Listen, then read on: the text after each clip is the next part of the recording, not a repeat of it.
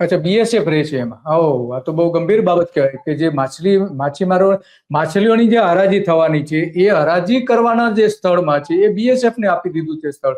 તો ખરેખર બીએસએફ ના લોકો સારી રીતે ત્યાં કામ કરી શકે, દેશની સુરક્ષા કરી શકે એ માટેની અલગ વ્યવસ્થા એને સરકારે બનાવી છે. પણ માછીમારોનો અધિકાર છીનવી લે તો બરાબર નથી. કારણ કે કચ્છમાં આપણે જાણીએ છીએ કે લગભગ 400 કિલોમીટર જેટલો દરિયા કિનારો છે. એમાં માંડવી, મુન્દ્રા, જખો સહિત કુલ 18 મત્સ્ય કેન્દ્રો છે અને એમાં ઓછામાં ઓછા 10,000 જેટલા માછીમારો આજીવિકા એના ઉપર મેળવી રહ્યા છે. અને સરકારનો દાવો છે કે ત્યાં 32,000 મેટ્રિક ટન ઉત્પાદન થઈ રહ્યું છે એવો દાવો છે, પણ વાસ્તવમાં એટલું થતું નથી. તો આ 18 જે માછીમારી કેન્દ્રો જે છે, બંદરો જે છે, એની હાલત કેવી છે? 18 બંદરો સાહેબ કયા જખો બંદર ની અંડરમાં આવતા એ કે?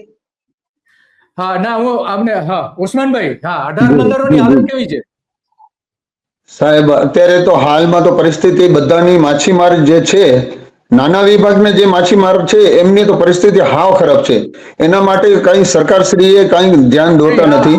અને બંદર છે ને, બંદરની વાત કરું છે. માનો કે મોઢવા છે, નાના લાયજા છે, ત્રગડી છે, મુન્દ્રા તાલુકાના જૂના બંદર જે છે, કુકડસર છે, લુણી છે, નવીનાળ છે, જરપરા છે, આ જે બંદરોની છે એની હાલત કેવી છે કે જ્યાં 10,000 માછીમારો કામ કરી રહ્યા છે એ પણ ત્યાંના જખો જેવી જ હાલત છે ત્યાંની? હા, પરિસ્થિતિ બધાની એવી જ છે સાહેબ. માછીમારોની અત્યારે હાલાકી ભોગવી રહ્યા છે કારણ કે દરિયામાં માછલીઓ બહુ ઓછી થઈ ગઈ છે.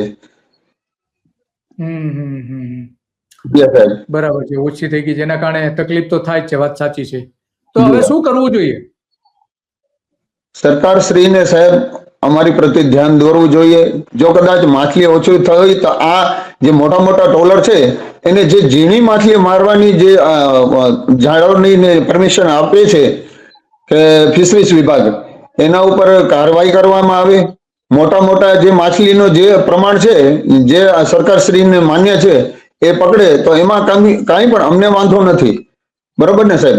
બીજું મારું કહેવાનું એવું છે, બીજું જે એરિયામાં જેને સોંપવામાં આવ્યું છે કે એટલામાં તમે ફિશિંગ કરી શકો છો, એટલામાં જ ફિશિંગ કરે.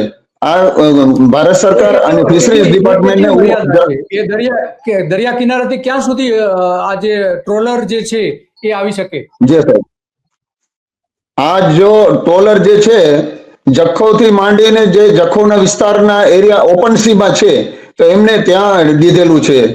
કારણ કે સિરક્રીકની ઓલી બાજુ નહીં, આ બાજુ જે છે ઓપન એરિયામાં એ ત્યાં ફિશિંગ કરી શકે છે.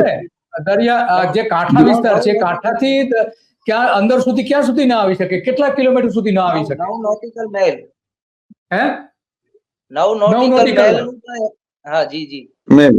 અચ્છા, 9 નોટિકલ માઇલ. હા, અને એની અંદર આવીને આ બધું માછલીઓ પકડે છે.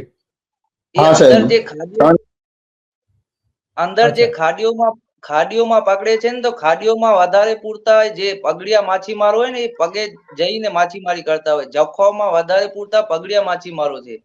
કેમ કે આ બાજુ પણ એવું જ છે. 4 થી 5 ગામ લાગે છે માછીમારોને. ને જે જખોના માછીમારો છે ને એમના પાસે નથી કોઈ જમીનો કે નથી બીજું કઈ વ્યવસાય. હમણાં છે બિચારા મજૂરી કરી રહ્યા છે, કેમ કે એમને મચ્છી જ નથી મળતી, કેમ કે એમનું વ્યવસાય જ મચ્છી ઉપર છે. મચ્છી જ નથી મળી તો પછી આ બીજું શું કામ કરશે? કેમ કે નથી એમના પાસે કોઈ જમીન, નથી બીજું કોઈ વ્યવસાય. હમણાં અહીંયા કંપની છે તો કંપની 6-7 મહિના હોય એ મજૂરીમાં રાખે, પછી શું કરે? માછીમારી ઉપર જ નિર્ભર હોય ને. માછલી જે નાની નાની કદની હોય એ ટ્રોલર વાળા મારી નાખે તો એમનું જે ઘર ગુજરાન ચલાવવું પણ મુશ્કેલ બને. બરાબર. તો હમણાં એના મકાનો પણ જે હતા, કાચા મકાનો હતા, એ પણ કંઈક તોડી નાખેલા છે થોડા વર્ષ પહેલા. હા, તોડી પાડ્યા છે. 2 વર્ષ થઈ ગયા. 2 વર્ષ થઈ ગયા ને? તો મકાનો પણ તોડી નાખવામાં આવે છે. અચ્છા, ત્યાં જે પેલી ફિશિંગ લાઇન બનાવે છે એ શું છે? એ કેશો એના જેમાં પણ ઘણી બધી માછલીઓ પકડી લેવામાં આવે છે. લાઈન એવું છે કે જે સમુદ્રનું જે મોઢું આવે એમાં મોઢાની આખો જે મોઢું હોય ને લાઈનમાં ટ્રોલરો ખડી હોય, ઉભી હોય ને એ ઝાડ નાખી દે આખો મોઢું હોય ને બંધ થઈ જાય. બીજી માછલીઓ છે ને અંદર ક્રીકનું મોઢું બંધ કરી દે. ક્રીકનું મોઢું બંધ કરી દેવામાં આવે છે. ઓકે.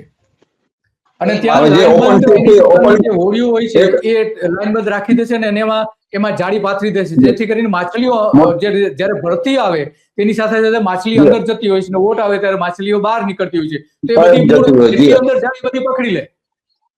જી જી જી એ સાહેબ. ગુજરાતમાં બેન્ડ છે, લાઈન ફિશિંગ છે ને એ ગુજરાત આખામાં બેન્ડ છે, તેમ હા, છતાં પણ અચ્છા, બેન છે. આવી ફિશિંગ થાય છે અહીંયા. ઓકે, ઓકે, બરાબર છે. હા, ઓકે, બરાબર છે. બીજું શું તમારે કંઈ કેવું છે ખાસ? કારણ કે મોટાભાગની વિગતો તો આવી જાય છે તમે જે વાત કરી તે પ્રમાણે. જી સાહેબ, મારો એક પ્રશ્ન છે સાહેબ, હું આપના માધ્યમથી એ કહેવા માંગુ છું, જો કદાચ આવી રીતે ચાલતું હશે તો અમે ભૂખો મારવાનો વારો જલ્દી આવશે અને અહીંયાથી પલાયન પણ કરી શકીએ, એવું ભગવાન ન કરે એવું વારો આવે અમને. અમે સરકાર શ્રી સમક્ષ એવી આશા રાખીએ છીએ કે જો આ મુદ્દાઓ ઉપર અમારા જે છે એના ઉપર થોડુંક ધ્યાન દોરવામાં આવે, અમને પણ કંઈક સહાય કે યોજના કે કંઈક લાભ મળવા જોઈએ. માછીમારોના જે હક છે એ માછીમારોને મળવા જોઈએ, કારણ કે જે અમારા વિભાગમાં લખપત એરિયાથી માંડીને લકી એરિયા સુધી અમારું જે એરિયા છે એમાં પગડિયા માછીમારો છે, બોટોવાળા છે, નાની બોટોવાળા છે સાહેબ, તો એના ઉપર થોડુંક ધ્યાન દોરવામાં આવે. પ્લસ અમારી જે મેં આપના માધ્યમથી અગાઉ પણ વાતો કરી છે કે અમારી જેટીઓ નોખી મંજૂર કરી દેવામાં આવે ને જે લાઈન ઓફ કંટ્રોલ નો મામલો છે તો એના ઉપર પણ આપણી સીમા સુરક્ષા બલ એકદમ તૈનાત છે, તો અમારા માટે સારું જ છે. અને પ્લસ જે અહીંયા સીમા સુરક્ષા બલને આ સોંપવામાં આવ્યું છે કે જે લાઈન ઓફ કંટ્રોલમાં બોટો ન જવી જોઈએ, એ સીમાઓ લાંઘીને આ બાજુ ના આવવા જોઈએ માછીમારો, એટલું અમારું સરકાર શ્રી તરફ આટલો પ્રશ્ન છે, એના ઉપર કંઈક ધ્યાન દોરવામાં આવે સાહેબ. ધ્યાન દોરવામાં આવે. હા, હા, તો વાત યસ સાહેબ. સાચી છે. વાઘેરભાઈ, તમારી પાસેથી એ જાણવું છે કે ત્યાં માછીમારો માટેની જે સહકારી સંસ્થા છે ચાલે છે, એમાં તમારો શું હોદ્દો છે અને આ સહકારી સંસ્થામાં કેટલા સભ્યો છે અને એનું શું કામ છે, એની વાત કરશો થોડી? જી જી, સરકારી જે અમારી મંડળી છે એમાં 870 જેટલા સભ્યો છે. હું એમાં મંત્રી તરીકે છું અને પ્રમુખ તરીકે જત આદમ ઇબ્રાહિમ કરીને છે, ને એમાં 800 માછીમારો આવે છે અમારા અંડરમાં. બુડિયા, લાલા, જખૌ, આશીરાવાન, મોવાડી ને ગુનાવ ને લાલા ને બુડિયા. બરાબર છે. અને આ જે માછીમારો જે છે એ ત્યાં સ્થાનિક જખોના જ છે? જખોના જ છે. જખોના છે. અને એ જે માછલીઓનું જે વેચાણ કરવાની જવાબદારી પણ આ સહકારી મંડળીની છે?